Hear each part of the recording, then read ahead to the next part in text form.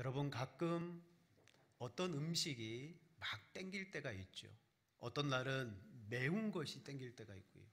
어떤 날은 정말 달콤한 것이 땡길 때가 있습니다.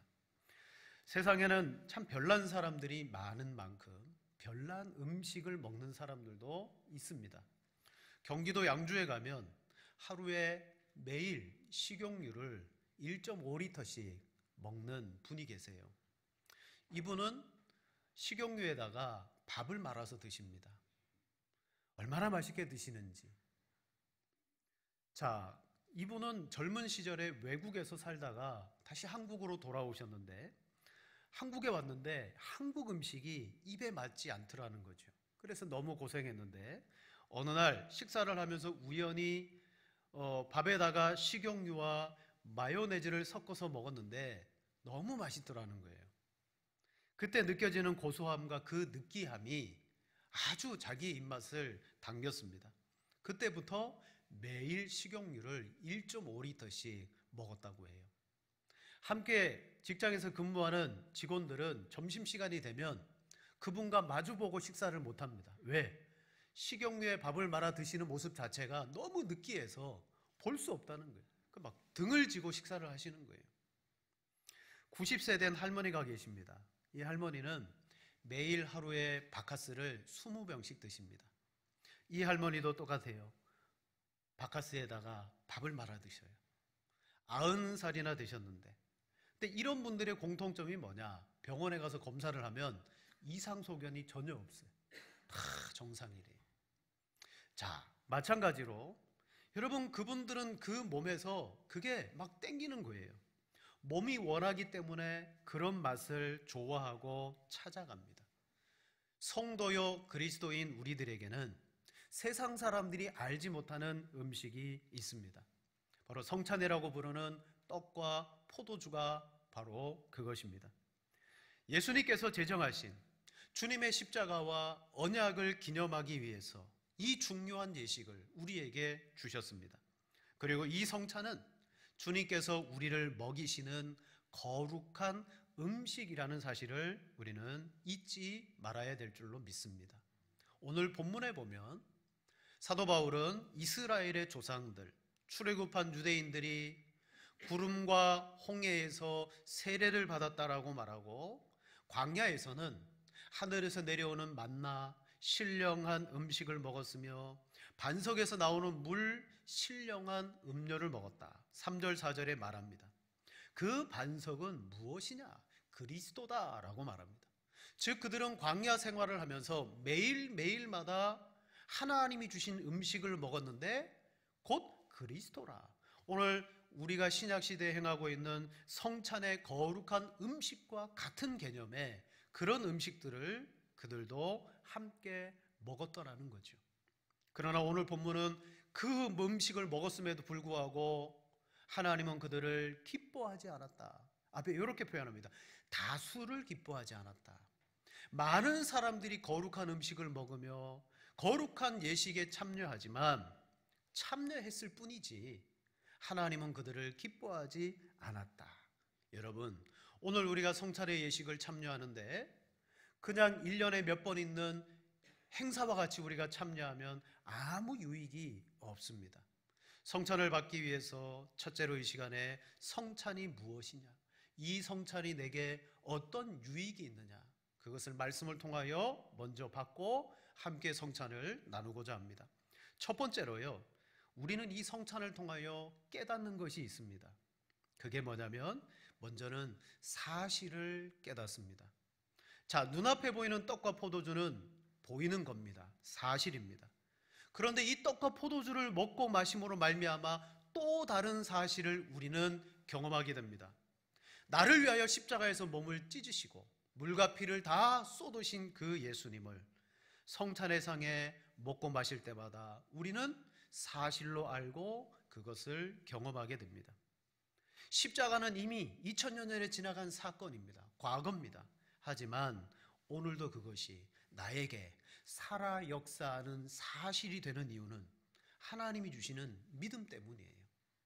믿음으로써 우리는 이 십자가의 사건이 사실이 되는 거예요. 그래서 성찬을 대하는 사람 중에 믿음으로 이 성찬을 대하는 사람은요, 그 사람 속에 십자가의 사건이 경험되어지고 그것이 그 사람에게 사실로 나타나지만, 믿음 없이 먹고 마시는 사람에게는, 그에게는 그도 사실을 얻습니다. 단지 떡과 포도주, 그 사실만 그는 얻어가는 거예요. 성찬은 주님의 십자가 사건을 우리에게 분명하게 보여줍니다. 그래서 이것을 먹을 때, 믿음이라는 도구를 통하여 먹을 때 그것이 경험되어지고 이 성찬이 나에게 적용되어집니다. 자, 떡과 포도주가 확실하게 있듯이 그것을 먹음으로 십자가에서 베풀어 주시는 그 혜택과 그 은혜를 우리는 적용받게 됩니다. 죄 사함을 받았구나, 내 안에 영생이 있구나, 나를 위하여 피 흘리신 예수님의 그 의가 나의 것이로구나, 우리는 이 성찬을 통하여 분명하게 사실을 확인하게 될 줄로 믿습니다. 두 번째로, 자, 십자가 사건이 성찬을 통하여 분명한 사실로 우리에게 다가옵니다. 자, 그렇다면 성찬을 받게 될 때 우리 안에 무슨 일이 일어날까요? 성찬에 참여하게 되면 먼저는 죄 사함의 생명과 함께 이 십자가에 매달리시고 죽으신 예수님과 우리는 연합하게 됩니다. 성찬은 그리스도의 모든 고난, 죽음을 받아들이는 겁니다. 그리고 그 십자가로 인하여 죄사함과 영생의 생명을 내가 가졌다라는 것을 우리는 누리는 것입니다. 그리고 성령으로 말미암아 우리는 연합되어 있구나. 아, 예수님과 나는 하나의 연합이구나. 성찬을 먹으면서 우리 안에 그 일이 일어나요. 그리스도의 몸에 연합되는 겁니다. 그래서 성찬은요, 구경하는 게 아닙니다. 그리고 성찬은 감상하는 게 아니에요. 단지 묵상하거나 기억만 하는 것이 아닙니다. 실제로 거기에 참여하는 거예요. 그래서 내가 성찬을 받음으로써 실제로 그리스도의 거룩한 몸에 우리는 연합되어집니다. 성경에서 이 연합을 가장 잘 보여주는 관계가 뭡니까? 부부의 관계잖아요.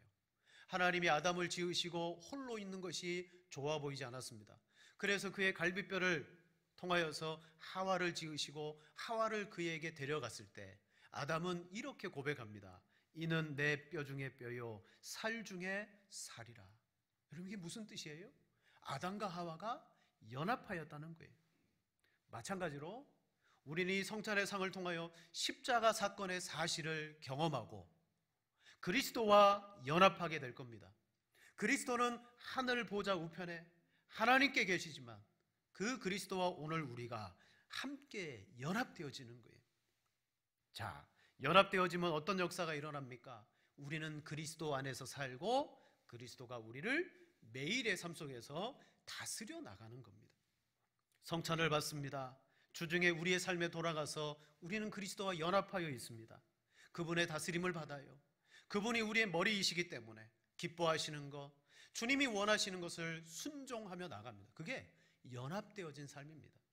자, 성찬을 받으면 우리 안에 죄사함과 영생의 생명이 있음을 적용받게 되고 또 하나는 예수님과 연합하는 일이 일어난다. 세 번째로, 그렇다면 이제 우리가 이 성찬을 받고 난 다음에 성찬을 받은 사람으로서 어떤 삶을 살아가야 될까?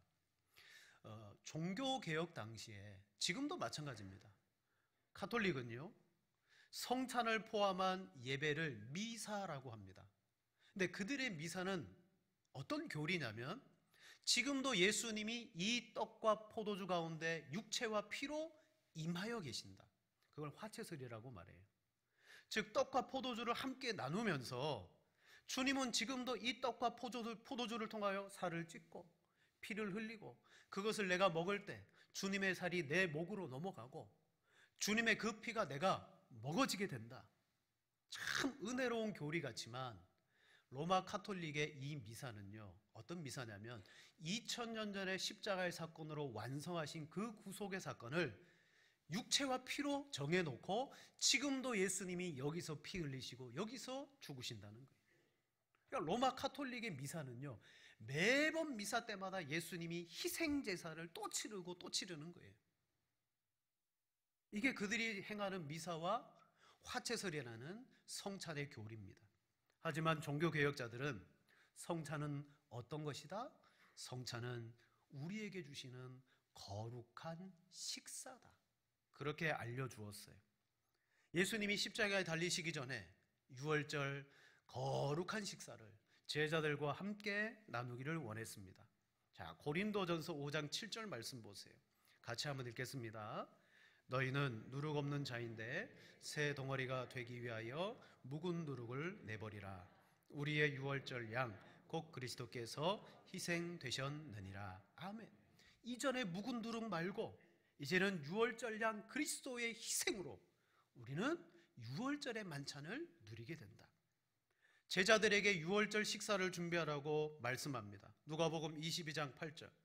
예수께서 베드로와 요한을 보내시며 이르시되 가서 우리를 위하여 유월절을 준비하여 우리로 먹게 하라.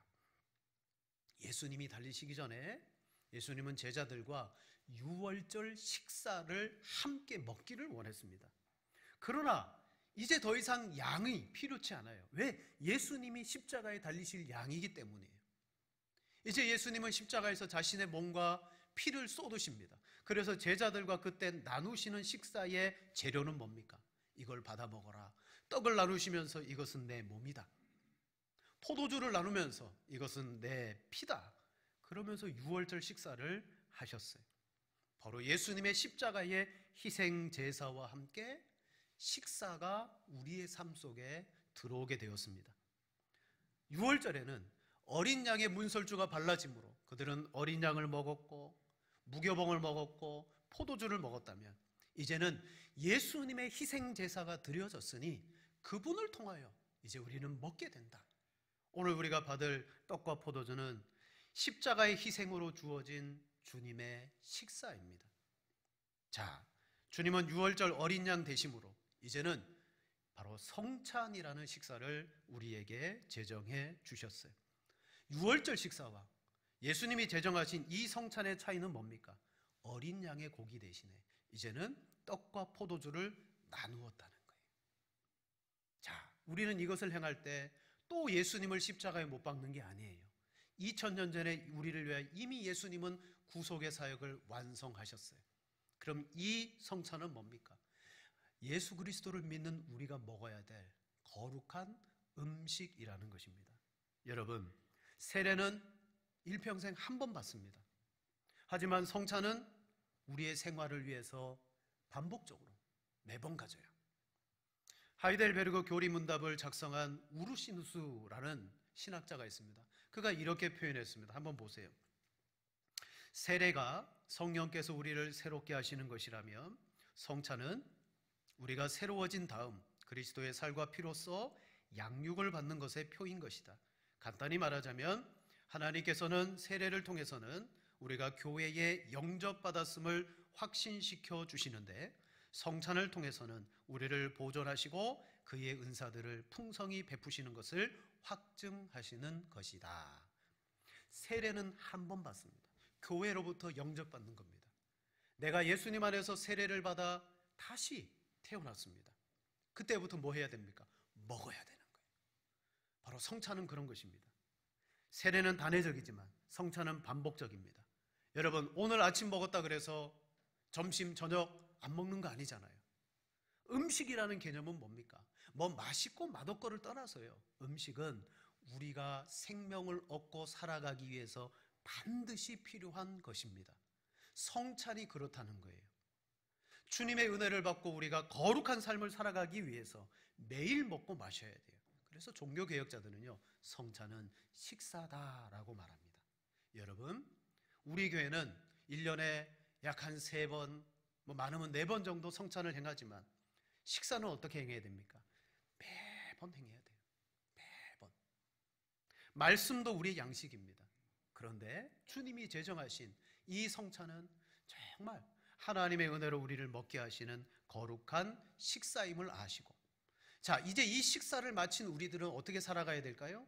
오늘 본문의 바울은 이스라엘의 조상들이 광야에서 그리스도께서 베푸시는 신령한 음식, 신령한 음료를 마셨다. 하지만 하나님이 다수를 기뻐하지 않았다. 왜요? 그 다수들이 자, 이 성찬의 상에 참여했지만 그들은 하나님이 기뻐하지 않는 삶을 살아갔습니다. 우상 숭배에 빠지고 음행을 행하고 그러다가 그 다수가 광야에서 멸망받았어요. 여러분, 오늘 우리가 이 성찬은 믿음으로 대하는 것입니다. 주님이 내게 주신 거룩한 식사로 받는 것입니다. 끝이냐? 아니요.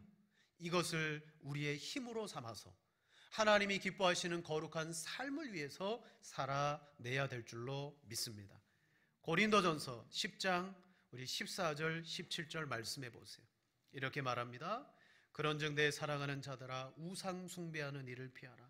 나는 지혜 있는 자들에게 말함과 같이 하노니 너희는 내가 이르는 말을 스스로 판단하라. 우리 2절 같이 봅니다. 우리가 축복하는 바 축복의 자는 그리스도의 피에 참여함이 아니며 우리가 떼는 떡은 그리스도의 몸에 참여함이 아니냐. 떡이 하나요 많은 우리가 한 몸이니 참여함이라. 아멘. 우리는 한 떡에 참여하는 사람이기 때문에 여러분 지혜롭게 행하십시오. 우상 숭배를 피하십시오. 이제 우리는 귀한 음식을 먹게 될 것입니다. 이 음식을 먹고 이 음식이 사실인 것처럼 예수 그리스도의 십자가 구속의 사건이 사실이고 그걸 우리는 경험하는구나. 그리고 이것을 나에게 적용하는구나. 나는 예수님 안에서 이것을 먹을 때 연합되어 있구나. 또한 이 음식을 먹는 우리들은 한 떡과 잔에 참여하였으므로 죄되고 더러운 삶을 버리고 오직 내가 생존하는 일을 위해서 살아가는 게 아니라 그리스도께서 십자가를 지셨듯이 우리도 십자가를 지시는 삶을 살아가야 되겠다. 그런 여러분 되기를 바랍니다.